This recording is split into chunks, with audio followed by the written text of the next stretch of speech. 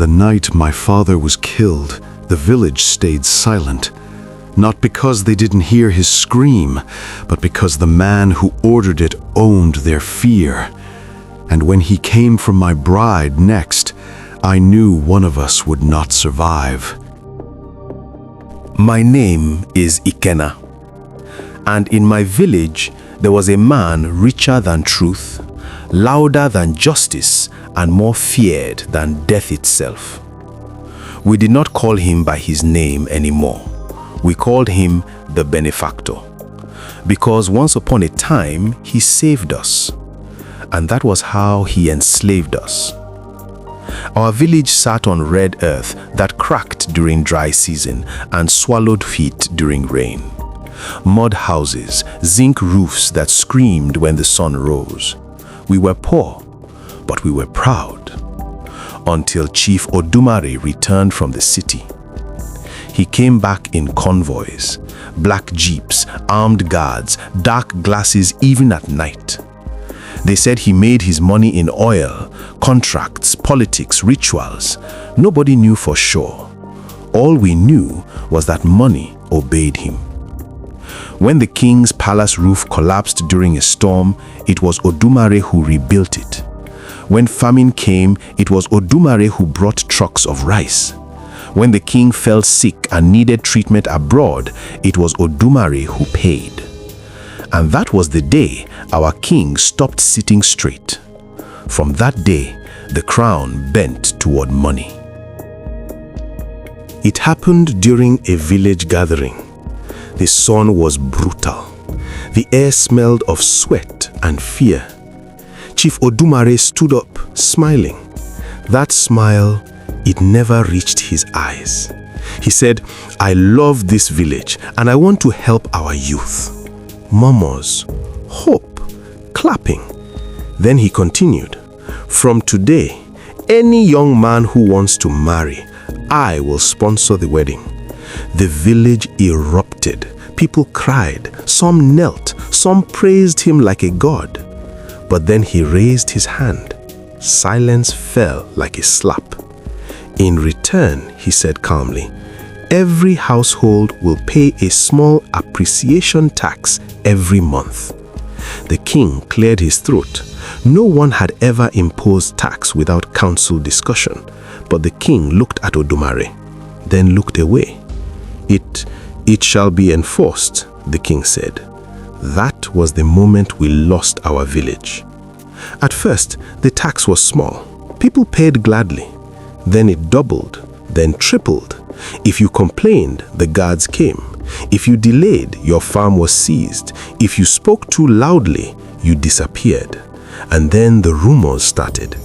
Girls returning home quiet. Girls who stopped going to the stream. Girls who refused to speak of what happened inside the chief's mansion. But nobody challenged him, because the king couldn't, because the elders wouldn't, because the guards were paid in fear. I had loved Amara since we were children. She laughed with her whole body. She believed in tomorrow. When I told my parents I wanted to marry her, my mother cried with joy.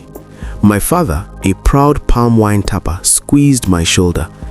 "You will marry her with dignity," he said.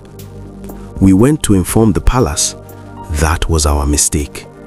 2 nights later, a black jeep stopped in front of our house. A message. Chief Odumare wanted to help with my wedding. My stomach turned to stone. Inside his mansion, the walls were white like bones. Odumare poured me wine himself. "Ikenna," he said softly, "I hear you are marrying a beautiful girl." I said nothing. He leaned forward. As tradition, he continued, "I must approve the bride."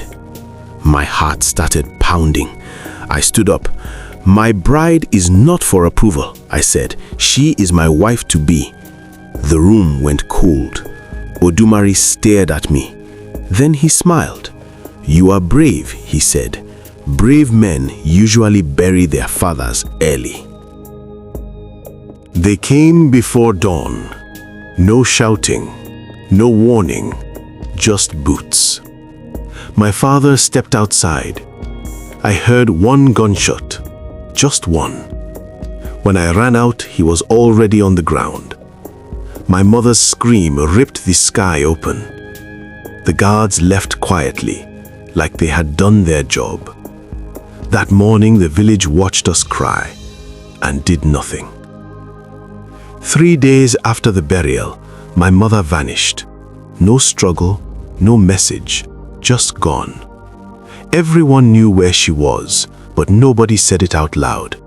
Fear had sewn their mouths shut. That night I knelt in the dirt and cried like a child, and something inside me broke. Anger spreads quietly, like smoke under a door. The youths started visiting me at night, one by one. Broken men, fathers without daughters, brothers without sisters. We did not speak loudly. We did not plan violence. At first, we only shared pain, until pain turned into purpose. The king sent for me.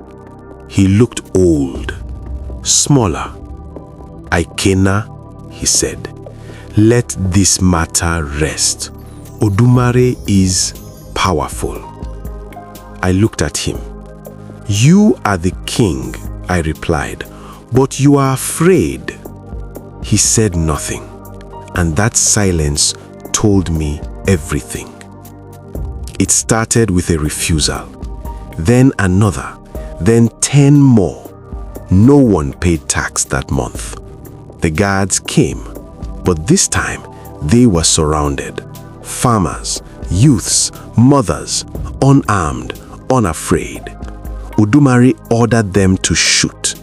They didn't, because fear had changed sides. The truth spread beyond the village. Journalists came, authorities followed. Odumare tried to flee. He was arrested at dawn. As they dragged him away, he looked at me. No power, no smile, just a small, scared man. My mother returned, broken but alive. The king abdicated. The village buried its silence. Amara and I married quietly.